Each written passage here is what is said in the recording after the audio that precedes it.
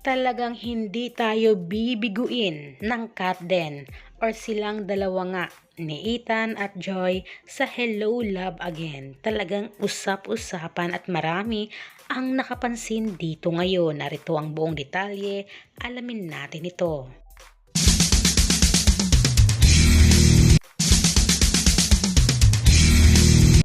Hi guys! Hi sa mga Katden fans or sa mga taong nagmamahal at sumuporta at sumusubaybay nga sa mga ganap ng Katden habang nasa Canada nga ang Katden ngayon sa shooting nila sa movie na Hello Love Again.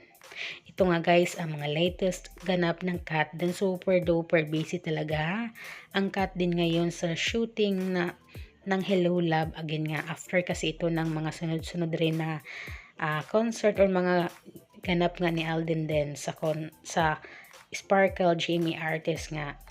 At ngayon nga ay talagang marami naman ang nakapansin o usap-usapan o nagtrending nga ngayon ito sa iba't ibang social media platform. Ang isang video na ibinahagi nga ni Kuya Jobert kung saan kasama niya ang Katden sa video na iyon.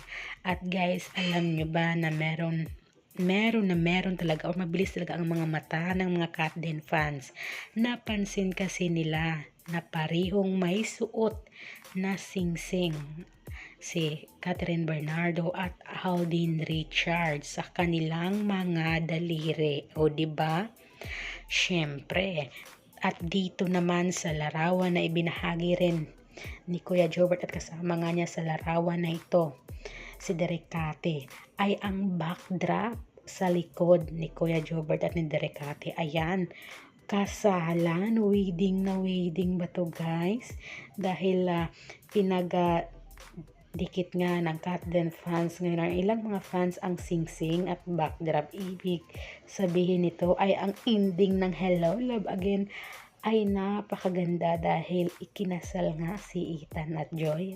O ayan guys ha, hula lang po ito ng mga fans, pero dahil na rin sa singsing at backdrop na iyon, kaya marami na ngayon ang excited na mapanood ang Hello Love Again. Talagang sigurado ako na hindi tayo bibiguin ni Ethan at ni Joy or ng Katden nga.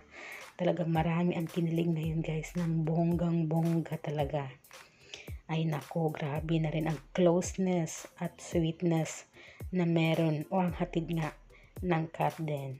Talagang feel na ng mga netizens or ng mga Katden fans ang super closeness nga ng Katden. Kaya guys, anong masasabi nyo dito sa video na ito? Comment na!